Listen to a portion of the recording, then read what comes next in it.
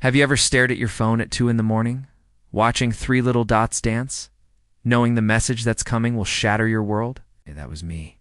Sitting on the edge of our unmade bed, the blue light of my phone painting my face. My wife Jessica's name was at the top of the screen. The text I was waiting for. The one that would confirm she was safe at her mom's house after a supposed girls' night was about to arrive. But then my phone didn't buzz with her message.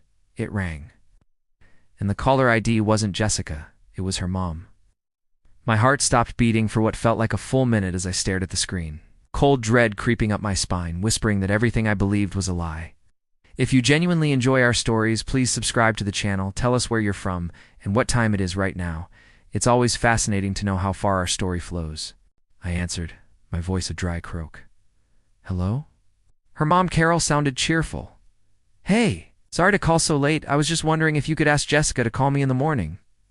I missed her call earlier. The world tilted. I managed to stammer out a sure, no problem before hanging up. I sat there in the dark, the silence of our Chicago apartment screaming at me. She wasn't at her mom's, so where was she?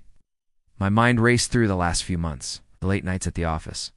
The sudden obsession with her phone, which was now glued to her hand like a new limb, the way she'd angled the screen away from me, the flimsy excuses. It all clicked into place, each memory a tiny shard of glass embedding itself in my heart. The next morning, Jessica waltzed in, smelling faintly of a cologne that wasn't mine. She was glowing, a little too happy. Morning sleepyhead, she chirped, kissing my cheek. Mom's house was so fun. We stayed up all night talking. The lie was so effortless, so smooth, it was like she'd practiced it. I just nodded, a hollow pit forming in my stomach. That was the moment the man she married died. In his place, something colder and more patient began to grow. For the next few weeks, I became a ghost in my own home. I watched her. I started noticing everything. Credit card statements with charges for dinners I wasn't at. A receipt from the Hotel Lincoln, a place we'd never been, tucked into her coat pocket. One night she fell asleep on the couch, her phone slipping from her hand. My hands trembled as I picked it up. Her passcode was our anniversary. The irony was a bitter pill. I opened her messages and there it was. A thread with a man named Mark.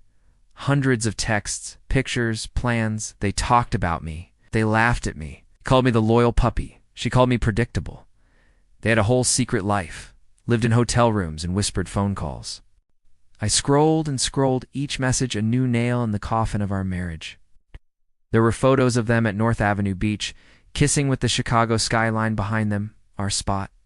He had his arm around her in a booth at the Gauge, the restaurant where I proposed. They weren't just having an affair, were desecrating our memories. That was the night I broke. I went into the bathroom, locked the door, and slid to the floor, silent tears streaming down my face. The rage and the heartbreak were a toxic cocktail burning through my veins. But as the sun came up, the tears dried, and something else took their place. Resolve. Cold, hard, and sharp as a razor. They thought I was a predictable puppy. Fine. I would be the most meticulous strategic predator they had ever seen. I started documenting everything. I took pictures of every text. I downloaded the credit card statements. I hired a private investigator who followed them, gathering photographic evidence of their meetings at a seedy motel just off Lakeshore Drive. The PI's report was clinical and devastating, complete with dates, times, and high-resolution photos of them kissing in the parking lot. Jessica and Mark, so arrogant, so sure of their cleverness, had no idea the web was closing around them. I even found out Mark was married himself, and that his wife's father was a senior partner at a major law firm in the city. A very useful piece of information. The final piece of my plan fell into place when I discovered they were using company funds from Jessica's marketing job to pay for their little getaways, disguising them as business expenses, embezzlement, a federal crime. My revenge wouldn't just be social. It would be legal. It would be total. The day I chose for the detonation was our 5th anniversary. I booked a table at Gibson's Bar and Steakhouse, our favorite celebration spot. I told Jessica to dress up, that I had a special surprise for her. She was thrilled, probably thinking I was clueless, still the loyal puppy trying to win her back.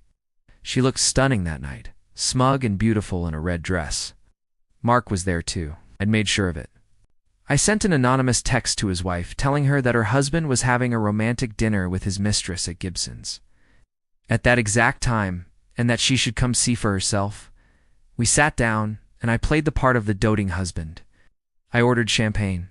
I toasted to us. To 5 years, Jessica, I said, looking her straight in the eye. To honesty and loyalty. She smiled, a fake, glittering smile.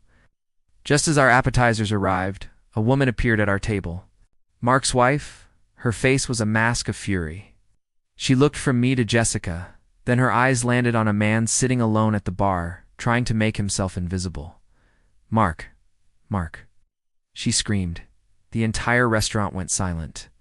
Jessica's face went pale. Mark looked like he'd seen a ghost. His wife walked over to him, slapped him hard across the face, and threw a thick manila envelope onto his table. My father will see you in court, she spat, before turning and storming out. Jessica was frozen, her mouth hanging open. I just took a calm sip of my champagne. What was that? She whispered, her voice trembling. I slid my own manila envelope across the table to her. My anniversary gift, I said quietly. She opened it. Inside were the photos, the text messages, the credit card statements, the PI's report, the proof of her embezzlement. Her face crumbled. All the arrogance, all the deception melted away, leaving behind a terrified, cornered animal. You knew, she stammered. I know everything, I replied, my voice devoid of any emotion. I stood up, placed a $100 bill on the table to cover the champagne, and walked out without looking back. The aftermath was swift and brutal. Mark was fired, divorced, and facing a lawsuit from his father-in-law's firm. Jessica was fired immediately. The next day, federal agents showed up at her mother's house where she was staying. She was arrested for embezzlement and fraud. Case was airtight. I had provided everything they needed. She was utterly destroyed, legally, financially, and socially. Her name was Mud. All our mutual friends sided with me. They saw the proof. They saw the kind of person she really was. I filed for divorce, and the judge awarded me everything, citing her blatant infidelity and criminal activity.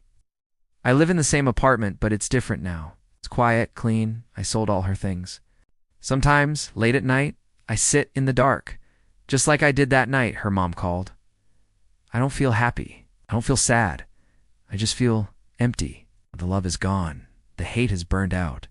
All that's left is the chilling silence of a promise kept. I told myself I would destroy her world, and I did. Now I have to live in the quiet ruins I created. The end.